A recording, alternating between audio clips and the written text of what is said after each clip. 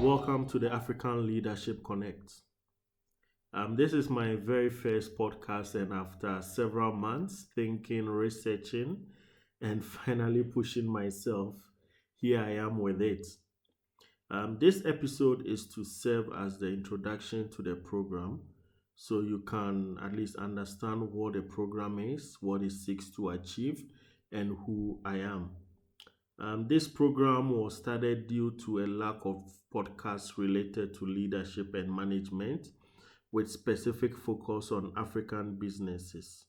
There are a lot of podcasts out there truly on leadership and management, but it, most of them, or a large percentage, focuses or are more aligned towards Western experiences.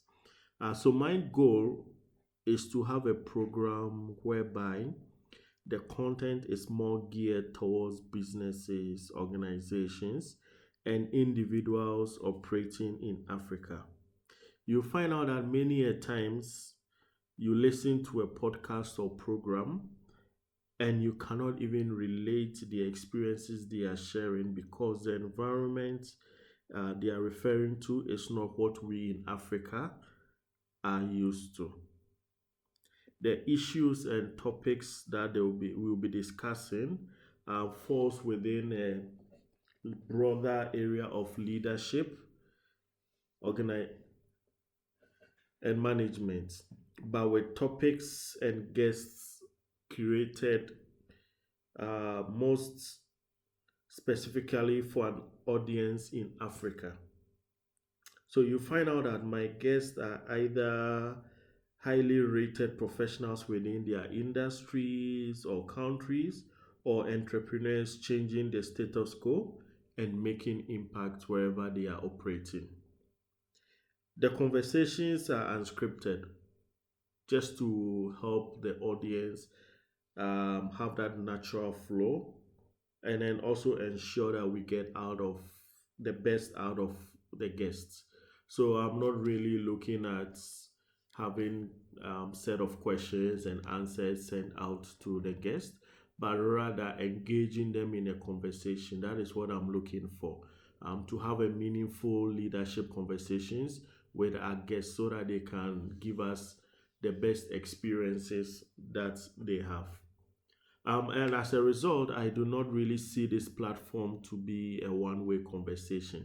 So you find out that I'll be counting on the community of listeners, that is you, to ask questions, suggest topics, as well as who you even want to have on the platform as a guest. So if you have an entrepreneur, a community leader, or even a business leader or a leader of sorts in your community, in your country, in your city, who is really making impact or changing the status quo, you can forward their details to me and I'll do my research, reach out to them and have them join us. So it's about us, all of us coming together to build a meaningful platform that we can all participate in. Yeah. So to make it also interactive, I'm thinking of bringing in either on a monthly basis or every 2 months on a quarterly basis to have a live Facebook or whatever social media that is available session whereby we can bring together some of these guests, two or three of them will join me for a live event or show whereby you can participate directly, you can ask questions, get clarification, and even participate or be a part of the program. So I'm really looking forward to creating something, a platform, a community whereby we can all curate ideas together, bring it out together, get the best guests for the show so that we can all learn, because this is a learning platform and I cannot overemphasize that this is a learning platform for all of us. So my prayer is that this podcast is able to provide some answers to questions that an upcoming entrepreneur or leader will have, or help ease the doubt in the minds of those uncertain in their next business or professional move. as well as provide a guiding light to those still seeking or looking for their path. Because many a times you have an idea, you have a concept that you want to pursue, but you don't even know how to start it. You don't even know what resources do you need. So through these interactions or discussions that I'm going to have with guests, it's my hope and one of my goals is that as you listen to it, you'll be encouraged, you pick up some ideas from them, and they can even show you which path to take or guide you in taking your own path. Because I believe that we are all unique, we have a unique purpose in this world. Therefore, it's not just about copy pasting, but rather seeking out your path. But others have already gone before us. They've already set some paths. They've already led the way in certain areas that we don't have to reinvent the wheel. So sometimes it's best to learn from them, take their experiences, take the ones that we feel are more appropriate towards our path, and then we act on it. So that is one of my goals, and it's really a prayer of mine that people will come up to say and then also um, give feedback as to how this has helped them in either their career path or in their entrepreneurship journey. So I have to say that even starting this podcast alone, it's a story worth telling.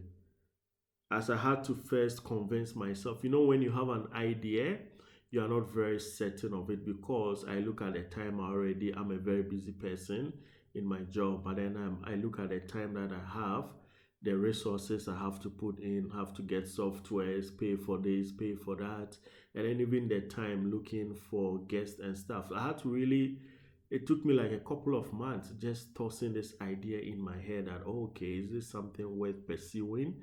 But then at the end, what stood out really to me was the beneficiaries, those who are going to listen to it and be impacted by it.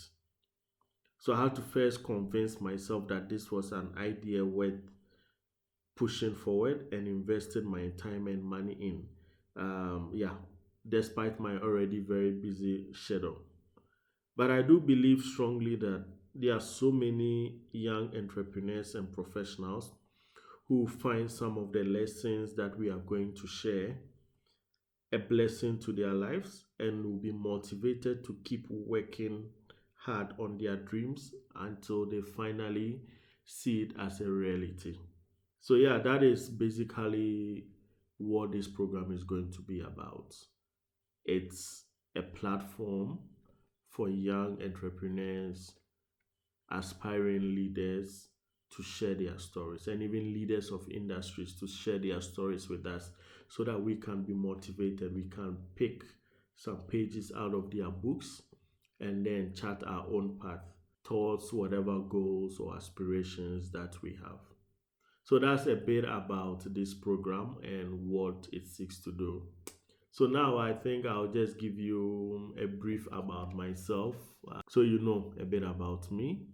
Then that will bring it the end of this particular episode. So about me, I was born in a small mining town in Ghana called Akwetia. That is where I completed my primary and junior secondary education before attending secondary school, senior secondary in Koforidua with Pope John Secondary School. I'm a very proud Pojoba here. So from secondary, there I pursued business. So from there, I joined the University of Ghana Business School in Accra, Legon, where I graduated with a Bachelor of Science degree in administration with my major in accounting. So whilst on campus, I really engaged myself in leadership roles, such as starting even an investment club, which was very successful, by the way. Where by the time we were graduating, we were able to distribute the money with some very good returns on our investments. And then also, even aside that, I also participated in other leadership roles, such as in church with Believers Love World Campus Ministry, where I took on certain roles, such as even cell leader. I became events manager, even the drama and then the dance team. I managed them for a while. So, I mean, these were areas that or places that I started picking up leadership skills from the various leaders that I worked under, from my colleagues, and I started honing my own leadership skills. And I can still see that some of these things that I learned, I'm still able to see them being applied in my life as a leader. I think on campus that is when I got in touch with ISEC, so I joined ISEC and I started participating in some of their activities. So for those who don't know ISEC is a student-led global organization that seeks to develop the leadership potential of its members. So it was on during my time on campus that, as I was saying, I really developed the foundational leadership skills that I possess, and then also started getting myself into entrepreneurship. I remember, I think just new in campus or a few months in, I started my first business of selling bottled fruit juice to students on my block. And it got so successful that it had to be shut down because, on campus, we are not allowed to do business or to sell stuff from our rooms. But then when I looked at the need there, people had to walk all the way down to go to the store to buy. So I realized, hey, I have a fridge. I have access to getting some crates of juice. Why not sell it? And then you could see that all those on the top floor up to the middle floor, they would rather come to me than go all the way there. So I really had some good success until eventually I had to shut it down because the authorities started getting a hint of it. But then this was how I started getting myself into entrepreneurship. Yeah, but then these are stories that I think we will share later in other episodes to come. So yeah, still on campus, my interest in entrepreneurship and its power to really transform lives picked up when one of our alumni of the business school paid us a visit, had a session with us, and spoke to us about his entrepreneurial journey. How now he started humbly as a businessman, but now he's recruiting people from school, graduate school, to come and work under him. So, based on some of these stories, I started searching myself, looking around some of the leaders of industry in Ghana to see how their paths were made. How did they get to where they are as at that time? And one very interesting thing I realized was you looked at the very successful ones and you could see that there was a pattern that I could see, and this pattern was that either they had worked abroad or outside the country or schooled outside the country for a while before returning. And you could literally see a difference between their organizations and some of the very local businesses, which were still thriving. But like when you look at customer excellence, when you look at their products, when you look at the services that they deliver, you could see that it was top notch. So when I started reviewing some of these things, that's when I was really motivated, and I promised myself that after campus, I will want to go and get experience outside the country so that I can improve my leadership skills, gain experience, and become a truly global citizen. So that is when my ambitions to start working outside my country began. Something worth, I think, interesting and worth noting was that just before graduating, as usual, once you're about to graduate, you start thinking about what work to do, what is out there for us. So for us, we knew there was a mandatory 1 year period where we have to serve our national service. So apart from that, you are like, okay, what next after national service? What am I going to do? People have to start applying for jobs. What if you don't get a job? How is your life? You don't want to stay at home. So that's when I remembered that before university, I had taken a 1 month course in web designing. I was like, okay, this is a nice avenue, a good, very good part-time opportunity for me to start putting into practice some of these skills that I learned around 3 or 4 years ago. So then at that time, I think Drupal was the best CMS in town. That time, WordPress had not yet gained that much attractiveness. So I decided to start, going back, polishing my skills. And little did I know that actually this was going to be where I would get my first client in web designing and not even in accounting that I studied. And I did not know that until after graduating that I really saw my first business deal come through. And this came in a form of a director of a hospital who saw us having lunch in his restaurant and he asked us what we did. And that's when I had the courage to tell him that, yeah, apart from accounting that we were doing, I'm into web designing. He's like, okay, that's very interesting. He has two clinics or hospitals that he wants to develop a website for. And funny enough, that was the first time I sat in a plane, as in commercial flight, just to go and then take pictures of one of his hospitals, which was outside our city, and design a website for him. And that was the first time I got a client who paid me some good money. And oh yeah, oh boy, did I enjoy that money. But in that was my start, the beginning of my interest, enthusiasm in entrepreneurship.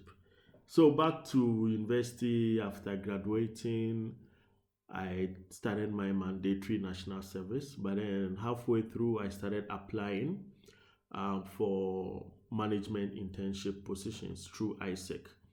So a couple of applications were not very successful. I kept applying and applying until finally Deloitte reached out to me. They saw my CV. I went through the entire recruitment processes and I passed. So I got a job as a business analyst with Deloitte in Tanzania. So I left Ghana to start my first full-time professional work as a business analyst in the strategy and operations department at Deloitte in Tanzania. And I have to say that really exposed me to a lot of things. Working in a multicultural environment, we have people who have schooled, who have lived abroad, who have worked abroad from Tanzania, who have schooled in the UK, who have schooled in the US, all of them working together. So it really challenged me, and I can say that a lot of my professional work ethics started from there. And I really got a chance to work in cross-cutting functional areas. Like at one time, you are working in strategy, and then even within the strategy that you are developing for a client, you have to do some financial modeling, and then you have to do some monitoring and evaluation for a client somewhere. All these things you start developing, you like report writing. I started picking up some of these things, how to deal with client, because then as a consultant there's a way you have to deal with client customer service and ensuring that deliverables are done on time. So I started learning a lot. But then I think after a year or so, I really felt that yes, that development was good, but I felt that there's something else I'm missing. So I decided that, okay, let me go and see what else is out there outside the consulting firm. So yeah, after a year or so, I decided that, you know what, let me go see what else is outside. Because I really felt that yes, working in an organization, prestigious organization such as that is good. But as a young guy, I really also wanted to see the other side of the picture, because we go in to give advice, to advise our client on what to do, more like giving theoretical knowledge. But then you will know that sometimes what you face out in the field is different from what the consultant is telling you. So I also wanted to see what is on the other side of the coin. So I got a job in India as an associate project manager with Arohana Dairy, which is social enterprise working with dairy farmers in rural India. So it was really good opportunity because I got a chance to work directly with the CEO and be involved in project management, meaning we could conceive concepts and implement them in the field. So that really gave me the ground experience, the field experience of actually conceptualizing an idea, planning for it, getting the resources that you need, then implementing it on the field, and then the whole process of monitoring the program to ensure that it actually sticks to the goals or the objectives. And then working directly with the CEO, it gave me the opportunity to also have that big picture, see how the business was being run. And that was my goal to really learn. So after another year in India, I still had this itch that, okay, you know what, that is good. I have the consulting experience, I have the field or the social enterprise experience in India. Let me go try something else. So I left again India, then came back to Tanzania. But this time around, I came to work with Kilimanjaro Aviation Logistics Company, which is a business that provides support to general aviation operators within the African continent. So, although it's headquartered in Tanzania, our operations cover the entirety of Africa. So there, I worked in the role of business development until I got promoted to the role of business development specialist. And working together with the managing director, we were able to develop strategies for growth of the region, as well as even developing a new service that by the time I was leaving had reached over 30 countries and bringing in new sources of revenue for the company. So in there, I learned a lot about adding on to my knowledge in strategy, in business development, and then very importantly, I learned a lot also about sales there. So after almost 3.5 years with them, I felt that there was more I needed to do. So I started also looking for new opportunities because at that time I had figured out exactly where I want to be. Because remember, all this time after school, it was more of testing various fields and industries to see where I really wanted to be and where I felt I could make a bigger impact. So later I realized that my interest was more in social enterprises and I wanted to use the skills and the knowledge that I got from all my experiences to help a social enterprise develop products and services that can really impact people or the beneficiaries. So that's how I found myself at my current place in Uganda here as the sales and marketing director for Spouts of Water. So Spouts, it's a social enterprise based in Uganda that manufactures and distributes ceramic water filters, meaning we use clay to make water filters that is natural and as effective as boiling or even mineral water. So, my role here as the sales and marketing director is to lead my team to achieve set goals to expand our reach in Uganda.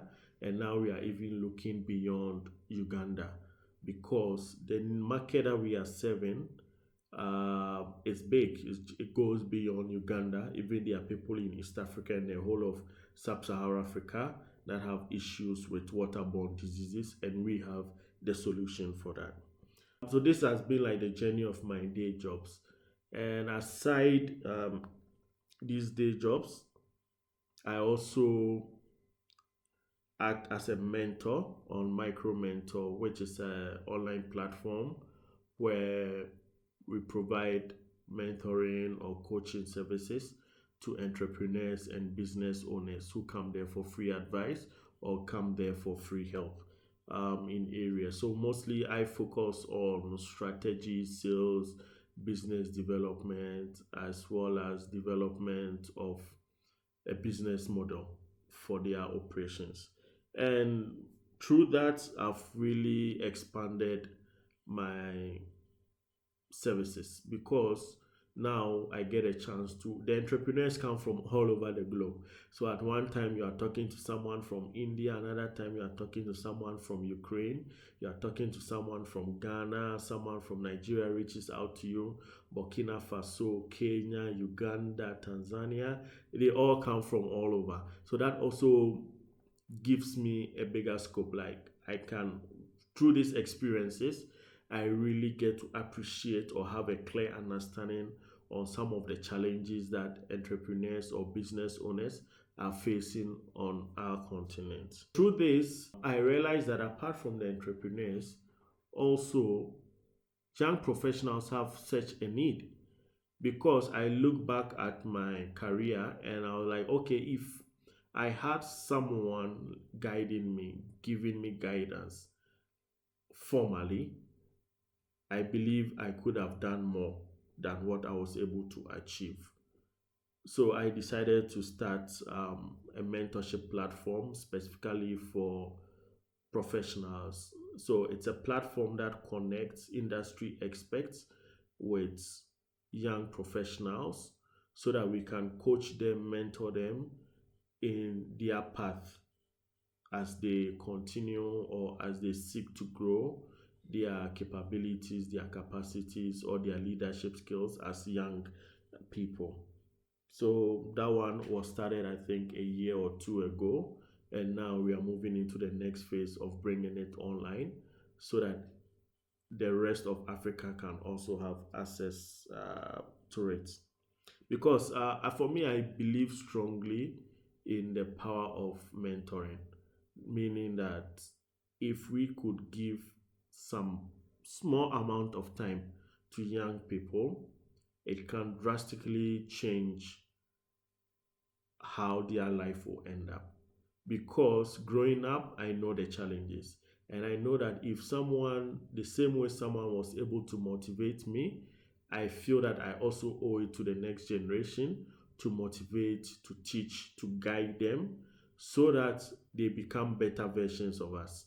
So that is what drives me in some of these ventures that I come up with.